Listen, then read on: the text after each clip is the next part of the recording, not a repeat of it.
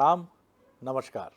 बहुत स्वागत है आपका उस कार्यक्रम में जिसका नाम है हे प्रभु आनंददाता, और उसके एक और नए एपिसोड में, न्यू एपिसोड में आपका स्वागत है।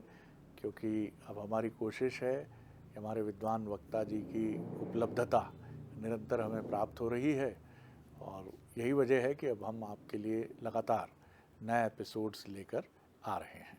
और इसी कड़ी में आज हम एक बार फिर उपस्थित हैं। तो चलिए हम आगे बढ़ते हैं। हमारे विद्वान वक्ता, भगवत गीता के अध्येता, मानस मर्मज्ञ प्रोफेसर डॉक्टर सुरेंद्र बिहारी गोस्वामी जी हमारे साथ। प्रणाम कर रहा हूँ डॉक्टर साहब। और आज हम जिस विषय पर बात करेंगे वो विषय ये है कि जीवन एक नियोजित कड़ी माना जाता है, एक प्लान्ड स्टेटस के तौर पर सनातन उसे देखता है, जिसे कहा जाता है कि सब कुछ, इसको इस रूप में न लिया जाए कि सनातन ये कहता है कि ये नियति है, नियति जन्य है, यानी प्रीडेस्टाइंड है, ये होना ही था, ऐसा होता ही है। और ये सारी चीज़ें जब नियोजित मान ली जाती हैं तो इसमें ये नहीं है कि देव देव आलसी पुकारा कि आप हाथ पर हाथ धरकर बैठ जाइए, क्योंकि प्रॉस्पेक्ट्स बदलते हैं आपके कर्म से। और कर्म का भी जो शुभता मूलक तत्व है, अगर आपका कर्म शुभ है, यानी जिसको कहा जाता है धर्म सम्मत है, धर्म सम्मत, तो कुरुक्षेत्र को देखिए, राम, प्रभु श्री राम और रावण के युद्ध को देखिए। इसमें दूसरा पक्ष जो था कौरव और उधर रावण, वो प्रभु श्री राम की तुलना में बहुत अधिक बलवान था। नाना प्रकार की मायावी शक्तियां और तमाम चीज़ें शामिल थीं। और कौरव और पांडव की लड़ाई तो इसलिए भी महत्वपूर्ण है कि वो एक ही कुटुंब के दो धड़ों की लड़ाई थी, तो दोनों एक दूसरे की कमजोरियां और ताकत से भी अच्छी तरह परिचित थे। लेकिन विजयी वही हुआ जो धर्म सम्मत था, जिसका कर्म शुभतावादी था। लेकिन इसमें महत्वपूर्ण बात यह भी है कि अगर ये चीज़ें तय हैं, जैसे कृष्ण को अर्जुन ही क्यों मिले, या फिर द्रोणाचार्य ने सबसे महत्वपूर्ण तरीके से अर्जुन को ही अपना प्रिय शिष्य क्यों माना, तो ये जो तमाम बिंदु उठते हैं तो उसमें क्या महत्वपूर्ण, जैसा गुरु के लिए भी कहा जाता है कि शिष्य गुरु नहीं ढूंढता, अनेक अवसर ऐसे हैं कि गुरु शिष्य को पहचान लेता है। तो पहचानने की, जानने की ये जो प्रक्रिया, कई बार आप कहते हैं हम दोनों कैसे मिल गए, ये पति पत्नी भी होते हैं, ये माता पिता भी होते हैं। कई बार आप कहते हैं कि मुझे ऐसे ही माता पिता मिलने थे, कई बार माता पिता कहते हैं ऐसे ही पुत्र मिलना था मुझे। मित्रों के लिए तो अक्सर ये कहा जाता है कि अगर कैसे हम मिले। और कई बार एक जैसा सोचने वाले लोग वो दुनिया के अलग अलग हिस्सों में भी हों तब भी वो मिल जाते हैं। तो ये नियति जन्य ये जो घटना है, इसके इस तत्व को हम समझेंगे कि क्यों रामकृष्ण परमहंस विवेकानंद को ढूंढ लेते हैं और उनके पीछे पड़ जाते हैं कि मेरे साथ चलो। तमाम बातें हैं, लेकिन इस पर अधिकृत रूप से प्रकाश डालने के अधिकारी हमारे विद्वान वक्ता हैं। प्रणाम कर रहा हूं सर एक बार फिर, और विषय आपके समक्ष। आपने नियति को आधार लेकर बहुत सुंदर विश्लेषण किया है शरद जी, और आपकी जिज्ञासा नियति से जुड़ी हुई है जी। मुझे याद आता है कि व्यास जी एक प्रसंग में कहते हैं, यत विधना लिखते ललाट पट्टम। नियति के लिए नियोक्ता निर्धारित होता है, जैसे विधि के लिए विधाता बना हुआ होता है। तो एक तथ्य तो है, हमारे यहाँ ये भी कहा जाता है कि एक गीत की पंक्ति थी कि करमवा बैरी हो गए हमारे, चिट्ठिया हो तो हर कोई बाचे और भाग्य न बाचे कोई। तो ये सब कुछ बहुत सारे लोग अपनी मस्तिष्क के ऊपर हाथ रखकर बताते हैं कि क्या बताएं मधाता ने यहाँ क्या लिख दिया है। तो जब हम मस्तिष्क पर हाथ रखते हैं तो मस्तिष्क जो है हमारे ब्रह्म कपाल का द्योतक होता है। तो मस्तिष्क पर ध्यान देते ही हमें यह ध्यान आता है, यत विधना लिखते ललाट पट्टम। ललाट पट्टम पर क्या लिख दिया है विधना ने। अब यहाँ थोड़ा आपको हम आध्यात्मिक करते हैं विशेष रूप से कि नियति का लेखन क्या होता है। लेखन कुछ नहीं है। जैसे आप अपने जीवन का आपसे कोई पूछे कि लेखा जोखा क्या है, तो आपका ध्यान अर्थतंत्र पर जाएगा ना, तो आप तुरंत लेखा जोखा के लिए बैंक का पासबुक ला के रख देंगे।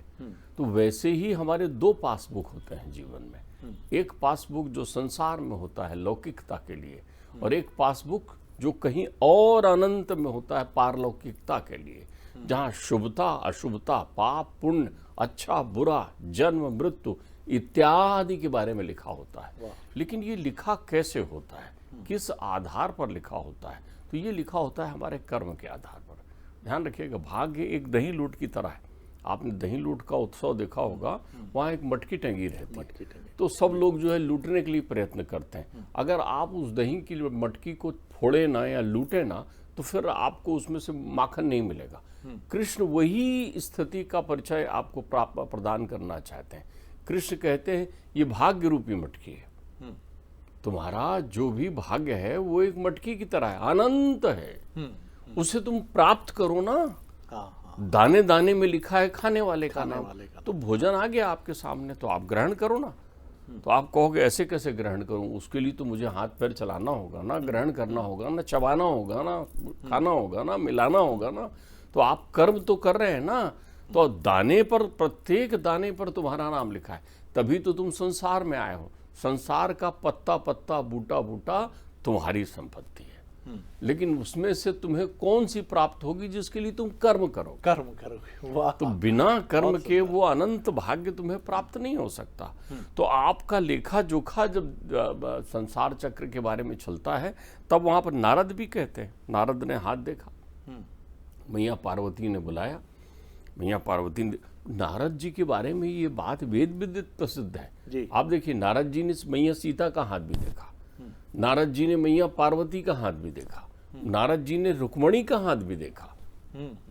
उन्हें ज्योतिष विद्या के संदर्भ में त्रिलोक में सबसे बड़े ज्योतिषाचार्य नारद जी, जो भाग्य को वाचने का काम करते हैं जी।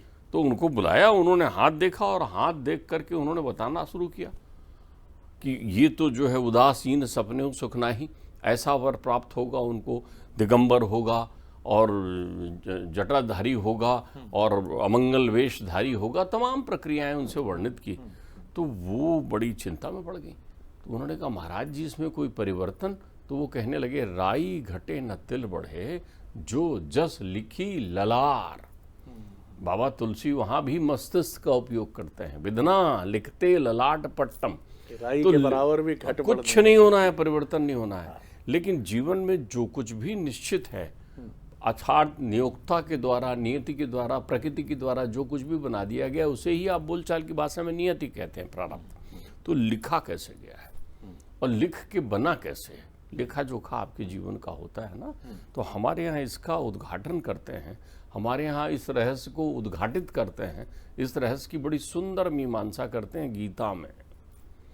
गीता में कृष्ण को कर्मयोग बताते हुए वो बड़ा ही सुंदर ढंग से आम लोगों के लिए एक बड़ी सुंदर मीमांसा करते हैं। वो कर्म को 3 भागों में बांटते हैं, संचित, प्रारब्ध, क्रियमाण। संचित, प्रारब्ध, क्रियमाण। तो आपका जो क्रियमाण यानी वर्तमान कर्म, वो क्रियाएं जो तुम कर रहे हो, जो फल युक्त है, जो फलाशक्ति उत्पन्न करती है, जिन पर फल संचय करते हैं, उसके लिए वो सावधान होकर सूत्र बताते हैं कि भाई देखो तुम्हारे पास जमा हो जाए। प्रत्येक मनुष्य अपने भाग्य का विधाता है, वो ही तय करता है कि वो कौन सा भाग्य प्राप्त करेगा। लेकिन वो तब कर सकता है जब उसका क्रियमाण कर्म एकाग्र भाव से हो। वाह। आप अपने भाग्य के निर्माता खुद हैं, स्वयं हैं, स्वयं बनाना है आपको अपना भाग्य। तो क्रियमाण कैसा हो? फलाशक्ति से विरक्त हो। इसलिए वो कहते हैं कर्मण्येवाधिकारस्ते और माँ फले सुखदाचना। अपने कर्म को करते समय फलाशक्ति का त्याग कर, ताकि तू एकाग्र भाव से सुंदर कर्म कर सके। बहुत सुंदर बात आपने कही, वाह। देखिए नियति कितनी बहुत सुंदर बात कह रही है। नियति आपको सावधान कर रही है। देख तू कपड़े बुन रहा है, तू कपड़े बुन रहा है, तो तुमने क्या किया? सूत लिया, सूत से धागे बनाए, धागे से बनाकर कपड़ा बुना। अब यदि तुम कपड़ा बुनने में ध्यान नहीं लगाओगे तो तुम एक श्रेष्ठ कपड़े का उत्पादन नहीं कर पाओगे। लेकिन अगर वो कपड़ा नष्ट भी हो जाएगा तो तुम्हारे पास कपास तो रहेगा ना। एक आभूषण का सुंदर निर्माण तुम करना चाह रहे हो तो वो सावधान करती है नियति। क्रियमाण कैसा होना चाहिए? बड़े ध्यान से उस आभूषण का निर्माण करना, क्योंकि आभूषण तो नष्ट हो जाएगा, सोना तेरा होगा, सोना उसमें रहेगा ना, यही संचित है। ध्यान रखिएगा, क्रियमाण में आभूषण आ गया तुम्हारे पास तो संचित क्या बचा? सोना। हम ये भूल जाते हैं, हमारा ध्यान तो आभूषणों पर चला जाता है, उनकी सुंदरता पर चला जाता है, संसार की सुंदरता हम देखते रह जाते हैं। लेकिन संसार का मूल है सोना, संसार का मूल है कपास, संसार का मूल है मिट्टी जिससे बर्तन बना है। ठीक बात है, ठीक बात है। तो हम मूल पर चिंतन नहीं करते, यही मूल संचित है हमारा। जो कुछ हम कर रहे हैं उसमें करते समय क्रिमाण यदि हमारा ठीक है तो वो सोना, वो मिट्टी, वो कपास हमारा संचित बन जाएगा। इसको कहते हैं संचित कर्म। और संचित कर्म में से जो हमें भविष्य में प्राप्त होता है, आने वाले भविष्य में, मनुष्य अपना जीवन 100 वर्ष का मान लेता है क्योंकि उसके शरीर की अवस्था इतनी होती है, लेकिन ये ब्रह्मांड नहीं मानता। ब्रह्मांड मनुष्य को अनवरत मानता है तब तक जब तक वो कहीं ना कहीं जन्म लेते रहता है, कहीं ना कहीं कर्म करते रहता है। तो वो तो अनवरत चलता है ना, तो तेरे जीवन का लेखा जोखा एक जन्म का नहीं है, जन्म जन्मांतर तक तेरा वो अनवरत जीवन चलते रहता है। चलते ही रहना है, चलते ही रहना है। हमारे यहाँ एक बहुत सुंदर नियति का उदाहरण दिया है कि आप अपनी नियति की शुभता के प्रति तो सावधान रहते हैं, पुण्यता के प्रति तो सावधान रहते हैं कि वो आपको प्राप्त हो जाए, लेकिन अपुण्यता या अशुभता क्यों नहीं प्राप्त करना चाहते? भोगना आपको है। जितना आपने भोग लिया वो नियति खत्म हो गई। जितना भोग लिया तो आप भोगने से बचते हो ना। भाग्य कौन है? जो भोक्ता को मिले। और भोक्ता कौन है? जो भोग ले। अच्छा ये बुरा भोगिए ना, इसीलिए तो आए हो आप। ये भोग योनि है। मनुष्य का जीवन योग योनि नहीं है, भोग योनि है। अच्छा और बुरा दोनों। तो आपको भोगते समय आप नियति को आड़े रखकर उसे भोगना चाहते हैं जिसके लिए आपका ये इंद्रिय जनित मन कहता है, तो वो आप उसको बना लेते हैं कि ये मेरा भाग्य अच्छा है या भाग्य बुरा है। सुंदर बात आपने कही और बड़ी अर्थवान बात आपने कही कि भोग में भी हमारी दृष्टि और अच्छा और बुराई का विश्लेषण कर देती है, जबकि भोग कर तो हम मुक्त हो रहे हैं। भाई आपको डॉक्टर इंजेक्शन लगा रहा है ना, जी। तो अब आप इंजेक्शन देखकर डर गए, उससे कोई अंतर नहीं पड़ता। लेकिन अगर आपने इंजेक्शन लगा लिया तो रोग मुक्त हो गए। क्या बात, आपने क्या विश्लेषण किया। तो आप रोग मुक्त हो गए। औषधि की कड़वाहट आपको चुभ रही है ना, लेकिन अगर कुनेन खा लिया तो मलेरिया चला गया आपके जीवन से। भोगना तो आपको पड़ेगा। तो जो हंसकर अपने भोगों को स्वीकार करता है वो ऐसा चितेरा होता है जिसके लेखा जोखा में क्रेडिट बैलेंस, जमा शेष बहुत हो जाता है। फिर वो जन्म जन्मांतर लेता है। दूसरा हमारे साथ एक समस्या और है, हम भाग्य में आधार धन का ले लेते हैं। हम भाग्य में आधार जो है भौतिकता का ले लेते हैं कि किसके पास कितनी गाड़ियां हैं, कितने धन है, कितना पैसा है, उसको हम भाग्यवान मान लेते हैं। अध्यात्म इसको भाग्यवान नहीं कहता।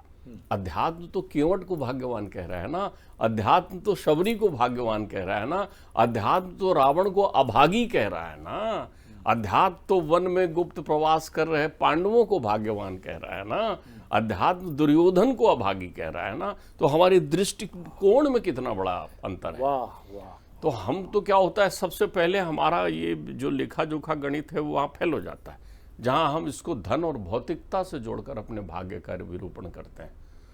द्रौपदी को भाग्यवान कह रहा है अध्यात्म, और आपके लेखा जोखा में जो है द्रौपदी भी को आप ये अरे वो कह रहे हैं, आप देखिए तो, आप कल्पना तो करिए, भाग्य के लिखने वाले भगवान होते हैं और वही भगवान जब प्रत्यक्ष बनकर आए हुए हैं और पांडवों के साथ है, यतो कृष्णम ततो जया।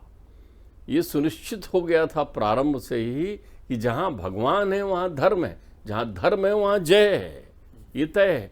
तो क्या तुम्हारे पास शुभता रूपी पुण्य रूपी भगवान है, सत्कर्म रूपी भगवान है, तुम भगवान को मूर्त न मानो ना। अपने कर्मों में देखो ना कि क्या तुम्हारे चिंतन में धनात्मकता है। धनात्मकता है तो भगवान है, भगवान है तो तुम्हारा भाग्य बहुत अच्छा है, क्योंकि तुम धनात्मक सोचते हो, तुम्हारे पास पॉजिटिविटी है। और यदि तुम भौतिकता के कितने भी आईने में हो और तुम नेगेटिविटी पर चल रहे हो तो तुम्हारा भाग्य खराब है। वो तुम जबरदस्ती खुश हो रहे हो, ऐसी फलते ही खुश हो रहे हो संसार में कि तुम धनी हो या तुम्हारा भाग्य अच्छा है। तुम्हारा भाग्य अच्छा नहीं है, तुम्हारे संचित कर्म अच्छा नहीं। हमारे यहाँ तो ये भी कहा गया है कि जिस पर परमात्मा बहुत प्रसन्न हो जाते हैं, संसार रंगमंच है, संसार के रंगमंच में आपको तरह तरह के अभिनय करना है, विभिन्न रूपों में आपको रहना है। आपको पारितोषिक उससे मिलेगा और उसका पारितोषिक संचित होकर आपका प्रारब्ध बनेगा।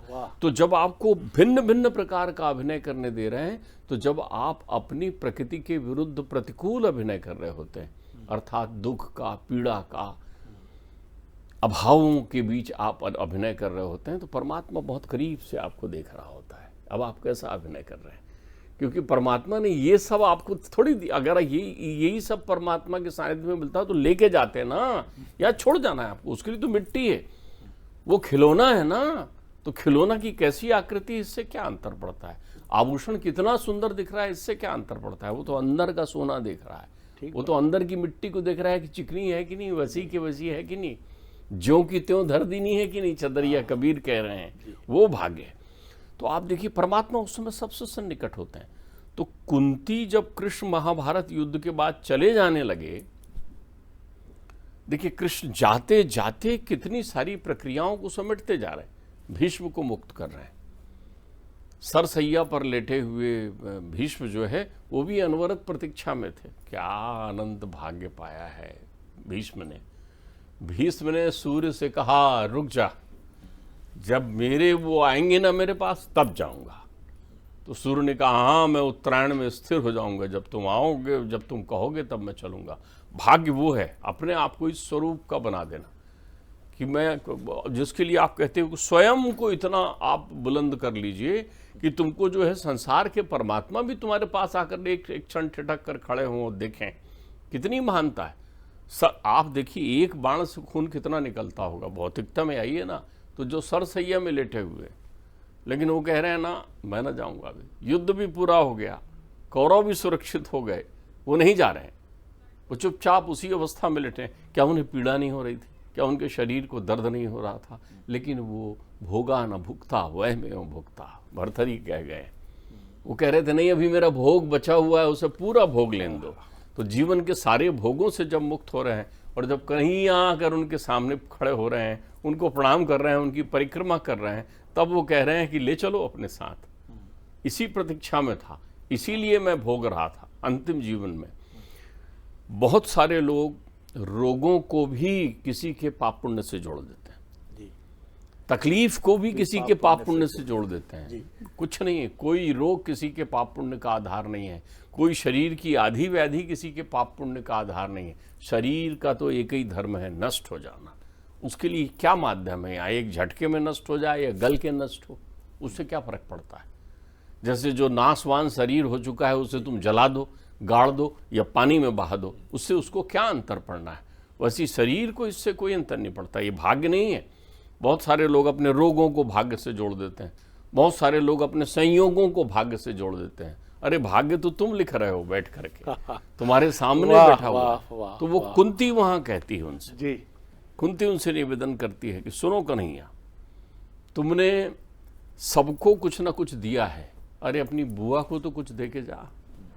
देखो भाग्य मांग रही है, भाग्य। उसे मालूम है कि भाग्य कब प्राप्त होता है, जब आप भोग रहे होते हैं। भाग्य कब प्राप्त होता है, जब आप वियोग में होते हैं। भाग्य कब प्राप्त होता है, जब आप पीड़ा और दुख में होते हैं। उस समय भाग्य के प्रदाता सबसे सन्निकट होते हैं। अरे उन्हीं का संबल होता है, वो भाव पार कर देते हैं। तुम रोते रहते हो, उनकी अनुभूति नहीं करते। तुम्हारी पीड़ा में वो खड़े हैं, तुम्हारे अंतर्मन में, तुम्हारी तकलीफ में वो खड़े हैं, तुम्हारे आंखों के एक एक अश्रु के साथ वो खड़े हैं। तब भी तुम अपने भाग्य को कोस रहे हो केवल संसार के रोने के लिए। अनंत भाग्यशाली हो, तुम मनुष्य बनकर आ गए हो। तो वो कहते हैं कि प्रभु मुझको एक वरदान दो। बोले क्या? बोले मेरे जीवन में हमेशा दुख, पीड़ा और कष्ट रहे। क्यों? ये रहने से मेरा जो डेबिट बैलेंस है जीवन का, जो विकलनाधिक है जीवन का, वो सब प्रवाहित होता चला जाएगा और मेरे जीवन में सदैव दुख रहे। बोले क्यों? दुख रहेगा तो तुम आओगे, तुम्हारी स्मृति आएगी, तुम्हें मैं ध्यान करूंगी। तो परमात्मा उनको कहते हैं कि जब मेरे जीवन में पीड़ा थी, मेरे बच्चे जल रहे थे अग्नि में, तब तुम वहां खड़े थे ना। जब मेरे बच्चे भटक रहे थे जंगलों में, तब तुम वहां खड़े थे ना। जब मेरी बहू का चीरहरण हो रहा था, तब तुम वहां आए थे ना। तो ध्यान रखिए, हम भाग्य को अपनी भौतिकता से जोड़ देते हैं। भौतिकता भाग्य नहीं है, बहुत सुंदर आध्यात्मिकता ही भाग्य है। यदि आपके अंतर चिंतन में सकाम कर्म है और केवल स्वार्थ जनित कर्म है तो आपका भाग्य खराब है। बहुत सुंदर डॉक्टर साहब, ऐसा लगता है आपको सुनते ही चले जाएं। और आप जब ये सारा प्रसंग हमें बता रहे थे तो एक बिंब मेरे मन में कौंधा, जहाँ आपने कर्म की शुभता की बात की, पीड़ा की बात की, क्योंकि यही तो क्रियामाण जो है, यही तो सब कुछ है, यही अतीत बनता है और प्रारब्ध भविष्य भी यही है। कि रावण ने भी अपनी कुंडली दिखाई तो होगी युद्ध के पहले, और कहा भी होगा ज्योतिषियों ने कि आपने तो नवग्रहों को ही बंदी बना लिया है, आपका कोई क्या बिगाड़ेगा। और राम चले आ रहे हैं, वनांचलों से गुजरते हुए लोग देख के उपहास भी करते होंगे और संशय भी करते होंगे कि वानर भालू लेके लंकापति रावण से टक्कर ले पाएंगे ये, जिसके पास कुंभकर्ण जैसा भाई है, इंद्रजीत जैसा भाई पुत्र है।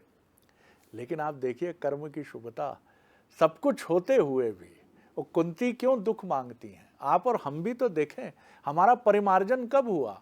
सुख में तो आक्षेप लगे कि घमंडी हो गए, जब से नया घर बना है सीधे मुंह बात नहीं करते।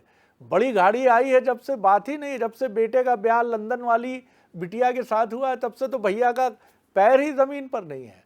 और जब दुख आता है तो हमारा चेहरा कितना कितना सौम्य होता है। दुख से मतलब ये नहीं है कि आर्थिक संकट है, चुनौतियां जो जीवन की हैं वो आपके पैर जमीन पर रखती हैं।